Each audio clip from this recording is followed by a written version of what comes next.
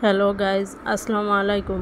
আপনারা সবাই কেমন আছেন? আশা করি আল্লাহর অশেষ রহমতে ভালো আছেন। আমি আপনাদের দোয়া ভালোবাসায় ভালো আছি বললেও ভুল হবে।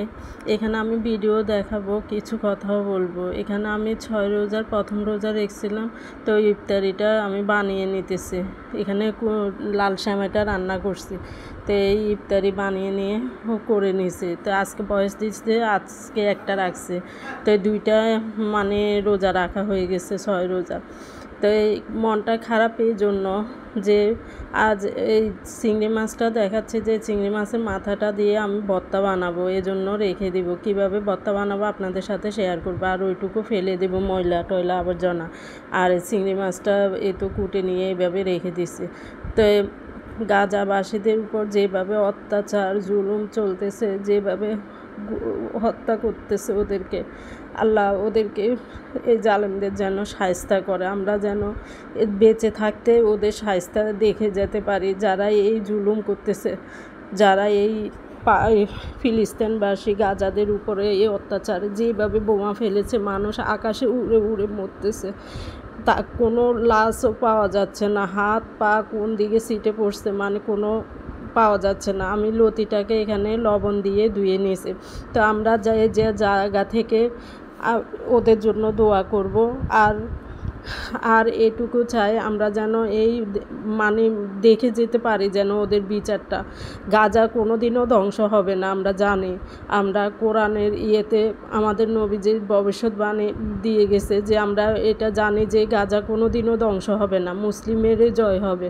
কিন্তু তারপর আমরা ওখানে যেহেতু যুদ্ধ করতে পারতেছি না, ওদের পাশে যেন বড় বড় শক্তিশালী দেশগুলো যেন এগিয়ে আসে, ওদের পাশে দাঁড়ায়, এইটুকু চাই। আর ওদের জিনিসপত্র আমরা সব যেন বয়কট করে দিই, যেন না খাই জালেমদের ইহুদিদের জিনিসপত্র। এইটুকুই আমাদের চাওয়া। তারপরও অনেক আজহারি, তারপরে শেখ আবদুল্লাহ অনেক বার্তা দিছে। ওদের বার্তাগুলো আমাদের মানে মনোযোগ সহকারে পালন করা উচিত, দেখা উচিত। আর আল্লাহর কাছে শুধু দোয়া করা উচিত যেন যারা মারা গেছে তারা তো শাহাদাতের মর্যাদা পাবে। এক বাবা বলতেছে বাচ্চার কাপড় ধরে যে হাসরের ময়দানে তোমার সাথে আমার দেখা হবে। এর চেয়ে কষ্ট আর কিছু নাই। কত বাচ্চারা মা বাপ হারাচ্ছে, কত সন্তানরা মা বাপ হারাচ্ছে, কত মা বাপ সন্তান হারাচ্ছে, বলার মতো না। যখন দেখি এগুলো মানে কলজা পেটে যেন কান্না আসে। তো আল্লাহ যেন ওদের বিচার করে, আল্লাহ যেন আমরা বেঁচে থাকতে যেন ওদের ইহুদিদের বিচার দেখে যেতে পারি। তাই অলরেডি বিচার শুরুও হয়ে গেছে। তারপরও আমরা যেন মুসলিমের জয় দেখে যেতে পারি, এটুকুই আল্লাহর কাছে চাওয়া। প্রতি নমাজেও আল্লাহর কাছে দোয়া করতেছি যেন ওদেরকে শায়েস্তা করে, পরাজিত করে। আর এই যুদ্ধ করে কী লাভ? কত মানুষ, লাখ লাখ মানুষ মরতেছে যুদ্ধতে, তাতে কি শান্তি আসতেছে? যুদ্ধ কি শান্তি আসে? শান্তি আসে না। তাহলে এই যুদ্ধ কী জন্য? শান্তি, যে যুদ্ধে শান্তি নাই, ওই যুদ্ধটা কী জন্য? কত মানুষের রক্ত, কত বাচ্চার রক্ত, মানে কি বলবো, বলার মতো ভাষা নাই। তো আল্লাহর কাছে শুধু নামাজ পড়ে দোয়া করতেছি। আর ক্ষণে ক্ষণে যখন মানে ইউটিউবে যাচ্ছি, পেজে দেখতেছি, খবর দেখতেছি, তখন কলজাটা মোচড় দিয়ে ওঠে ওদের এগুলো দেখলে। ওরা তো আমাদের সন্তানও হতে পারত, তাহলে আমরা কি করতাম? তাই এই জন্যই যে যার জায়গা থেকে শুধু দোয়া করবেন, আল্লাহর কাছে দোয়া করবেন যেন এই নরপশুদের হেদায়েত করে, আল্লাহ যেন এদেরকে শায়েস্তা করে। এই বেঁচে থাকতে যেন ওদের শায়েস্তা আমরা দেখে যেতে পারি।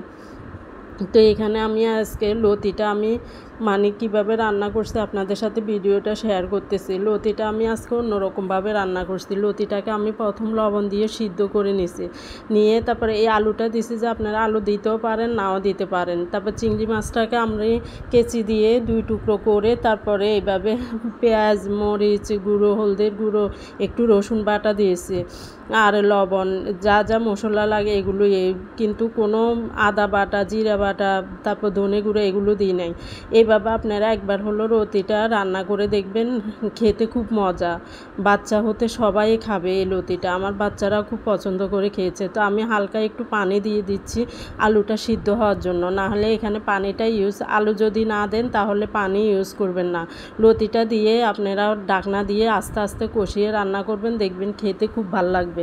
তো আমি এখানে পানি দিয়ে দিছি একটু পরিমাণ মতো, যেন আলুটা সিদ্ধ হয়। তারপরে যখন এটা বলক হয়ে একটু নরম হয়ে আসবে, তখন আমি এখানে লতিটা দিয়ে দেব।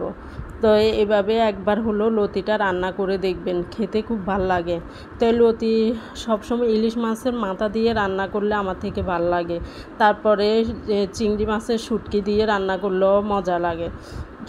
তো আমি এখন যখন বলক এসে গেছে, তখন আমি এখানে লতিটা দিয়ে দিছি, দিয়ে আমি এখন ঢাকনা দিয়ে আস্তে আস্তে কষিয়ে এটাকে রান্না করব। আর এখানে আর কোনো পানি আমি ইউজ করব না। এইভাবে লতিটা রান্না করলে খেতেও ভাল লাগে, আর খুব মজা হয় খেতে। তো এভাবে আপনারা বাসায় একবার হলেও ট্রাই করে দেখবেন। তো এই আর কি। তো আপনাদের ঈদ কেমন কাটলো কমেন্ট করে জানাবেন। আমাদের তো বাসায় কেটলো, শুধু একদিন দিয়ে বাড়িতে যেয়ে ঘুরে আসছি বাচ্চাকে মেয়েকে নিয়ে, আর আপনাদের বাইয়া সহ গেছিলাম। তো এই তো আমার লতিটা আরও মজে আসতেছে। আমি 3 ভাগে 1 ভাগ কুক করে নিছি, পুরো সিদ্ধ করি নাই। তো এখন আমি আস্তে আস্তে এটাকে ভালোভাবে সিদ্ধ করে কষিয়ে নেব। পুরো সিদ্ধ করলে এখানে ধরেন মশলাটা ঢুকবে না, তো এখানে আস্তে আস্তে কুক করলে মশলাটা লতির ভিতরে ঢুকবে, তো খেতেও ভাল লাগবে।